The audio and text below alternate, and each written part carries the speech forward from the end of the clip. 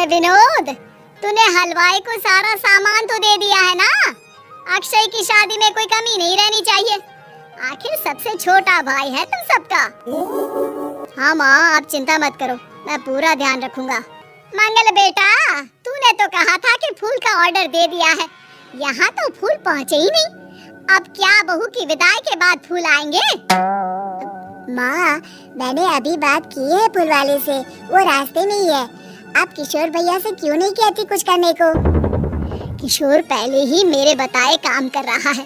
पास के सभी रिश्तेदारों और मोहल्ले वालों को कार्ड वही तो देकर आया था।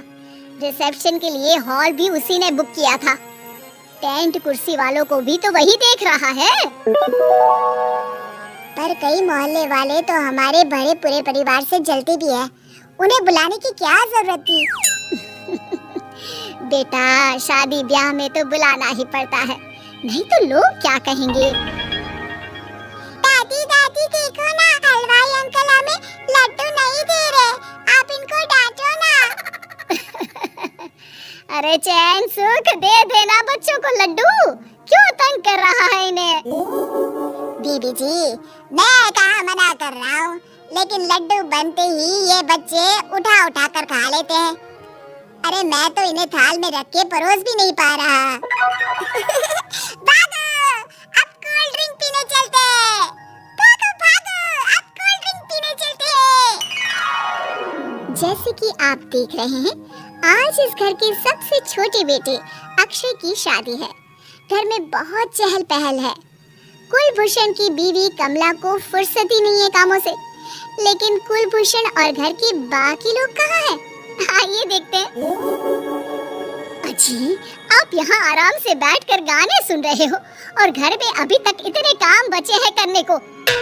अरे भाई, मेरे सबसे छोटे बेटे की शादी है, इसके बाद तो मैं अब चिंता मुक्त हो ही जाऊंगा। और फिर घर में तुम हो, बेटे बहुएं हैं, तुम लोगों के होते हुए मैं क्यों काम करूं?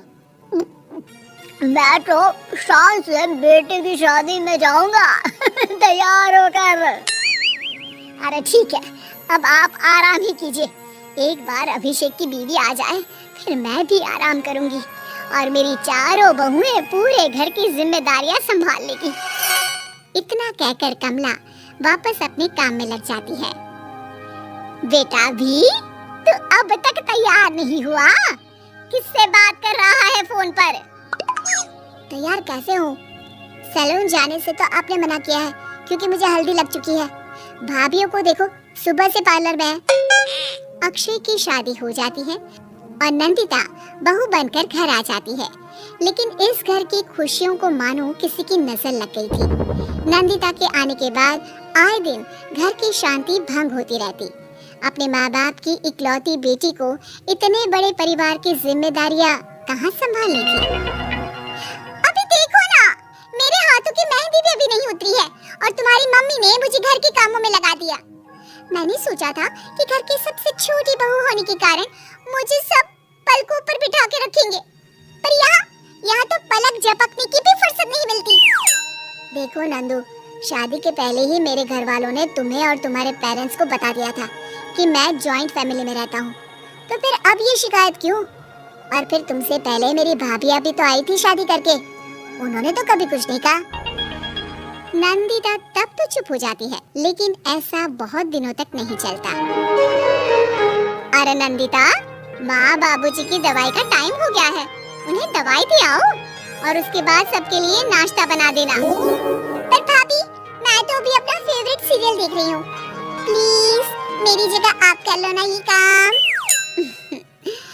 ठीक है, मैं तेरी जगह माँ बाबूजी को दवाई दे आती हूँ और नाश्ता बना लेती हूँ। तू मेरी जगह पूरे घर की डस्टिंग करके पांचों बच्चों को स्कूल के लिए तैयार करके भेज देना और दोपहर का खाना बनाने के बाद कपड़े धोकर सुखा देना। उसके बाद हम दोनों मिलकर बाजार जाकर सब्जी ले आएंगे, फिर डिनर की तैयारी कर लेंगे और उसके बाद बस बस भाभी, मैं माँ बाबूजी को दवाई देकर सबके लिए नाश्ता बना देती हूँ। हे भगवान, ये कहाँ लाकर फंसा दिया मुझे।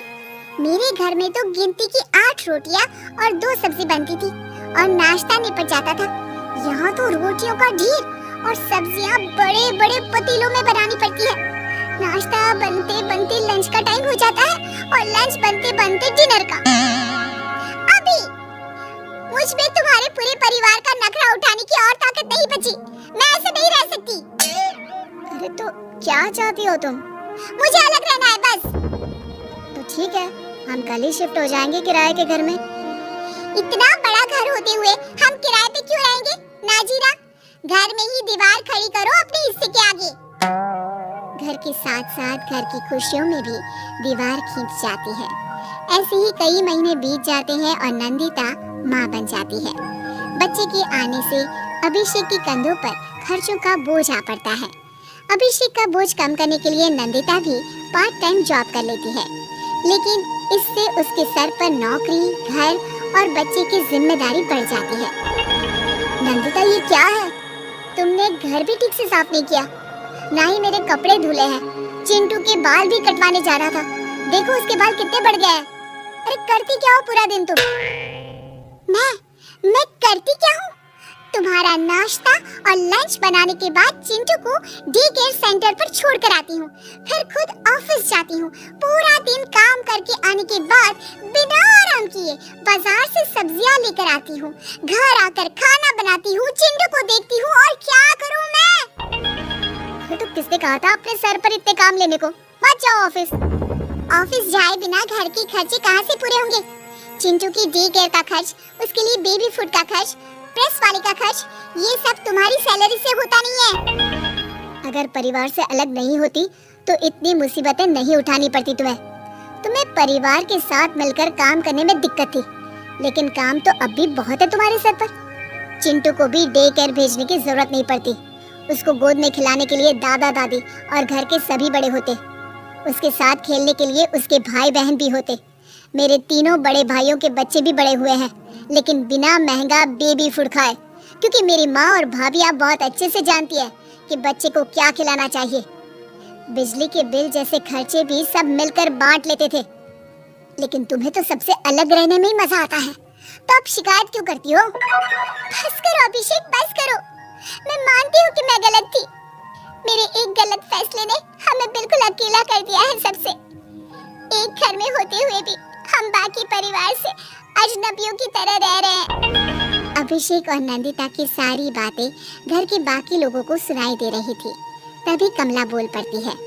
अरे नंदिता बहू, किसने कहा कि तुम अकेले हो? तुम्हारा इतना भरा पूरा परिवार है ना तुम्हारे साथ। हम तो बस ये चाहते थे कि तुम अपनी गलती समझ जाओ। अगर हम तुम्हें समझाते तो शायद तुम ना समझती, लेकिन अपनी गलती का एहसास तुम्हें खुद हो गया है, तो अब तुम समझ चुकी हो परिवार में एक साथ रहने का मोल क्या होता है। मम्मी जी, मुझे माफ कर दीजिए, अब ऐसा दोबारा कभी नहीं होगा। अरे माफी बाद में, पहले मेरा पोता जरा मेरी गोद में तो दे, और तू जाकर सबके लिए चाय बना ला।